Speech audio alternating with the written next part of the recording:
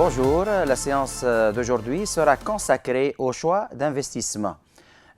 Tout d'abord, on va définir la notion d'investissement. Qu'est-ce qu'un investissement? Donc, on peut définir l'investissement comptablement, c'est l'acquisition d'une immobilisation ou l'acquisition d'immobilisation, c'est-à-dire de biens durables. Des biens durables utilisés sur plusieurs années. Comme on peut définir l'investissement sur le plan économique, c'est une dépense immédiate qui va générer des revenus futurs.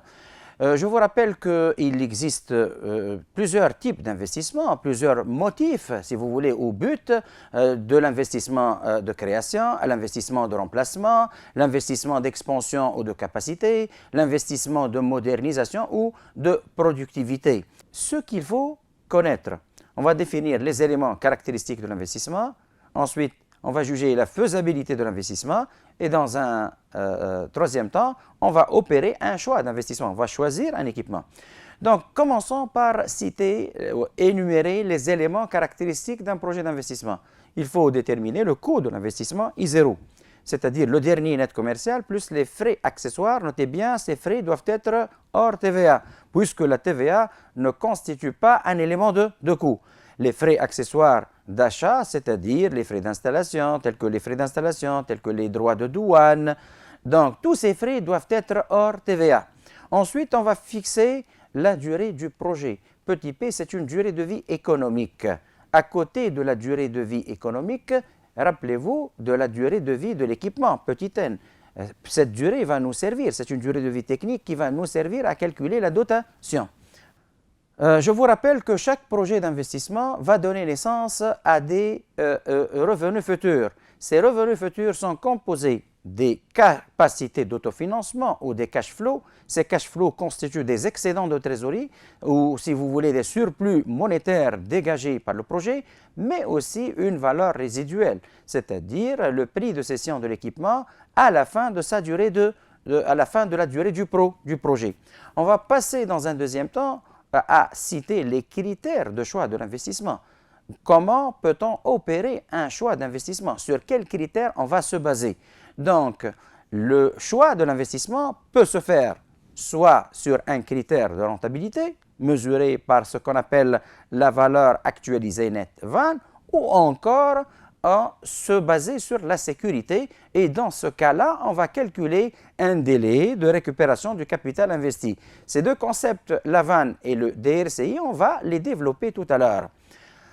En effet, la rentabilité d'un projet d'investissement nécessite, ou encore le calcul du délai de récupération du capital investi, nécessite la détermination préalable des capacités d'autofinancement. Donc, on va voir ensemble comment on calcule cette capacité d'autofinancement. Donc, on va commencer par le calcul de la CAF. La CAF, bien sûr, générée par un projet d'investissement. Vous voyez sur l'écran qu'il existe deux méthodes de calcul de la CAF. Soit produit encaissable moins charge décaissable, c'est la première formule, donc c'est-à-dire en tenant compte des recettes et des dépenses, ou encore en utilisant le résultat net. La CAF est égale au résultat net plus la dotation aux amortissements. Je vous rappelle à ce niveau-là que la dotation est égale au coût de l'investissement fois le taux d'amortissement, ou tout simplement I0, le coût de l'investissement divisé par la durée de vie de l'immobilisation. Je vous rappelle comment on calcule le résultat. Vous voyez bien que c'est le chiffre d'affaires supplémentaire moins les charges supplémentaires, et vous faites attention, y compris les dotations aux amortissements, bien sûr, net d'impôts. On peut trouver le résultat autrement en utilisant la marge sur coût variable, déduction faite des charges fixes totales, y compris bien évidemment les dotations aux amortissements. Une fois on a calculé la CAF ou les CAF générés par un projet d'investissement, on va visualiser sur un axe de temps le processus d'investissement. Vous voyez qu'au départ, c'est le coût de l'investissement, I0. Donc, le projet d'investissement va donner naissance à des charges d'exploitation, c'est-à-dire des charges décaissables, mais aussi des revenus, à savoir le chiffre d'affaires supplémentaire. Ce chiffre d'affaires, on va déduire les charges d'exploitation, mais aussi les dotations aux amortissements pour trouver un résultat avant impôt. Donc, ce résultat sera soumis à l'impôt. donc moins le taux d'impôt fois le résultat pour trouver le montant d'impôt, égale au résultat net, c'est-à-dire le résultat avant impôt moins les impôts, on trouve le résultat net. On va ajouter les dotations aux amortissements pour finalement trouver la capacité d'autofinancement. Le projet d'investissement va donner naissance à des CAF, à des cash flows futurs. Chaque année va rapporter des revenus futurs. CAF de la première année, de la deuxième année, mais vous faites attention, à la fin de la durée du projet, on aura la CAF de la dernière année, mais aussi la valeur résiduelle. La valeur résiduelle, c'est un revenu futur généré par l'investissement à la fin de sa durée de vie. Je vais focaliser sur le premier critère, à savoir le critère de la rentabilité et comment calculer cette valeur actualisée nette dite VAN. La VAN, en effet, c'est la différence entre les revenus futurs à rapporter par le projet et le montant de l'investissement initial. Bien sûr, ces revenus futurs doivent être actualisés. Les revenus futurs sont composés par les CAF, les capacités d'autofinancement générées par le projet d'investissement, mais aussi par la valeur résiduelle à la fin du projet. Par la suite, je vais passer au deuxième critère de choix, à savoir le délai de récupération du capital investi. En effet, toute entreprise, à côté de la rentabilité, elle s'intéresse aussi à la sécurité. Donc, elle se pose la question suivante. Au bout de combien de temps va-t-on récupérer les capitaux investis initialement? Donc, le DRCI va nous donner le délai de récupération du capital investi. Donc, pour illustrer ce que je viens de dire, on va prendre l'application suivante. L'entreprise industrielle Mado envisage l'acquisition début 2017 d'une nouvelle machine en vue d'accroître sa capacité de production pour les 4 années à venir. Une étude prévisionnelle a abouti aux données suivantes. Vous voyez bien que l'investissement, le coût de l'investissement, c'est de 85 000 dinars, hors TVA bien sûr, puisqu'il s'agit de coûts. Le taux d'amortissement de la machine, 20%. Ce taux d'amortissement va nous servir pour calculer la durée. Si vous voulez, 100 sur le taux, 100 sur 20, donc nous donne 5 ans. C'est la durée de vie technique. Donc, la durée du projet noté petit p, c'est 4 ans. La valeur résiduelle de la machine à la fin du projet est égale à sa VCN. Donc, la VCN, rappelez-vous que c'est le coût d'acquisition moins la somme des amortissements. Le chiffre d'affaires annuel généré par ce projet d'investissement est de 410 000 dinars. Les charges décaissables annuelles, 340 000 dinars. Et le taux d'impôt appliqué dans cette application est de 25%, un taux d'impôt sur les bénéfices. Donc, on va commencer par calculer les capacités annuelles d'autofinancement et la valeur résiduelle, bien sûr, à la fin du projet. Donc, dans un premier temps, on va calculer la CAF, chiffre d'affaires, moins les charges décaissables, moins les dotations, c'est-à-dire le coût de l'investissement divisé par la durée de vie, ou encore le coût de l'investissement fois le taux d'amortissement. Donc, soit une dotation de 17 000. Donc, on aura un résultat avant impôt, avant déduction de l'impôt de 53 000 dinars. On retranche l'impôt au taux de 25% et ainsi, on trouve un bénéfice net ou un résultat net de 750 000 dinars auquel on va ajouter la dotation aux amortissements et on trouve notre capacité d'autofinancement. Une fois on a calculé la CAF, on va retrouver ensemble la valeur résiduelle. Donc, la valeur résiduelle, c'est le coût de l'investissement, 85 000, moins la somme des amortissements. Rappelez-vous que la dotation est de 17 000, la durée du projet est de 4 ans. Donc, 85 000 moins 17 000 fois 4, on aura une valeur résiduelle de 17 000 dinars. Je vous ai dit tout à l'heure que la CAF peut être calculée de deux façons différentes. Dans un premier temps, je vous ai montré comment on calcule la CAF à travers ou à partir du résultat net. J'ai calculé le résultat net et j'ai ajouté la dotation. La deuxième formule de calcul de la CAF, c'est les produits encaissables moins les charges décaissables. Tout simplement, c'est les recettes moins les dépenses. Donc, le chiffre d'affaires constitue un produit encaissable, c'est une recette. Je dois retrancher les charges décaissables. Les charges décaissables sont constituées par les charges d'exploitation, 340 000, mais aussi les impôts sur les bénéfices. Ça constitue aussi des charges décaissables. Et on trouvera la même, bien sûr, capacité d'autofinancement. Voici deux méthodes de calcul de la capacité d'autofinancement. Donc, je vous ai dit qu'un projet est rentable lorsque sa vanne est positive. La vanne, c'est-à-dire la valeur actualisée nette. Vous voyez bien que la vanne, c'est la somme des CAF actualisés plus la valeur résiduelle actualisée moins I0. Un projet est dit rentable lorsque ses revenus futurs dépassent le coût de l'investissement initial. Dans notre cas, puisque la CAF est constante, la formule s'écrit comme suit. CAF multiplié par la table 4 plus la valeur résiduelle multipliée par la table 2. Donc, je viens d'actualiser la CAF et les valeurs résiduelles. On va calculer la vanne en utilisant un taux d'actualisation de 9%.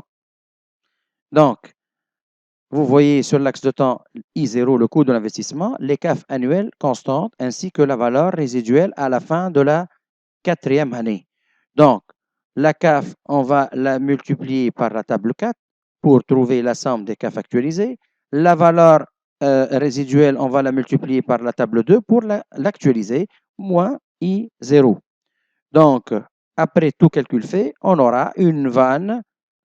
Donc, je vous montre l'extrait de la table. Donc, vous voyez extrait de la table 2 pour actualiser la valeur résiduelle et un extrait de la table 4 pour actualiser la CAF. Donc, la table 4, vous faites attention, nous donne la somme des CAF actualisées.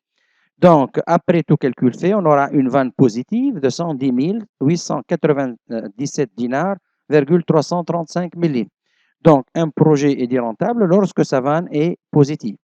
On va passer au deuxième critère. Donc, le délai de récupération du capital investi, c'est le coût de l'investissement I0 divisé par la CAF.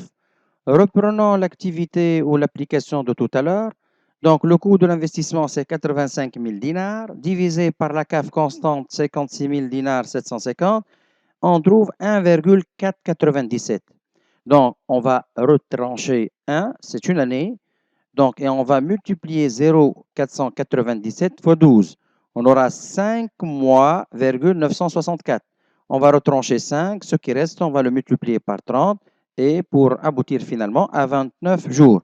D'où un délai de récupération du capital investi, 1 an, 5 mois et 29 jours. On peut dire 1 an et 6 mois si vous voulez. Donc, on va voir ensemble une deuxième application dont les CAF sont variables cette fois-ci. Donc, le coût de l'investissement I0, 150 000 dinars. La durée de vie technique, 8 ans. Le taux d'amortissement, c'est 100 sur N, 100 sur 8, donc 12,5. Et l'annuité d'amortissement, si vous voulez, annuité ou dotation. Le coût de l'investissement fois le taux d'amortissement. Donc, vous voyez que les caractéristiques de cet investissement, un chiffre d'affaires annuel tout au long de la durée du projet, cette fois-ci 5 ans, des charges décaissables tout au long du projet, et on va calculer la vanne et la valeur résiduelle, on va supposer qu'elle est égale à 56 250 dinars, avec un taux d'actualisation de 9%. Donc, on va calculer ensemble dans un tableau les CAF, les capacités d'autofinancement actualisées, le chiffre d'affaires duquel on va retrancher les charges décaissables, les dotations aux amortissements pour trouver le résultat. Rappelez-vous qu'on va ajouter par la suite les dotations au résultat net d'impôt. Donc, vous voyez, la CAF de la première année sera actualisée en utilisant la table 2, la CAF de la deuxième année, ainsi de suite jusqu'à la 5e année. Donc, la somme, on va faire la somme des CAF actualisés. Donc, vous voyez, 303 647 dinars, 597.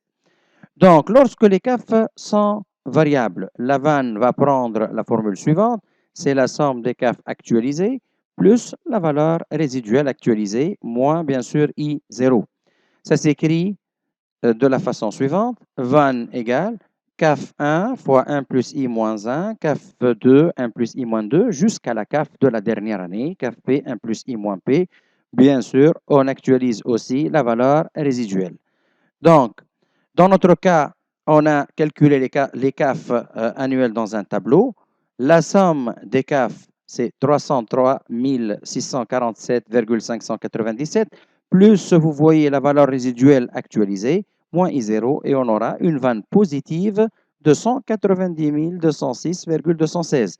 Donc, la vanne est positive, donc le projet est rentable. On va voir ensemble le deuxième critère.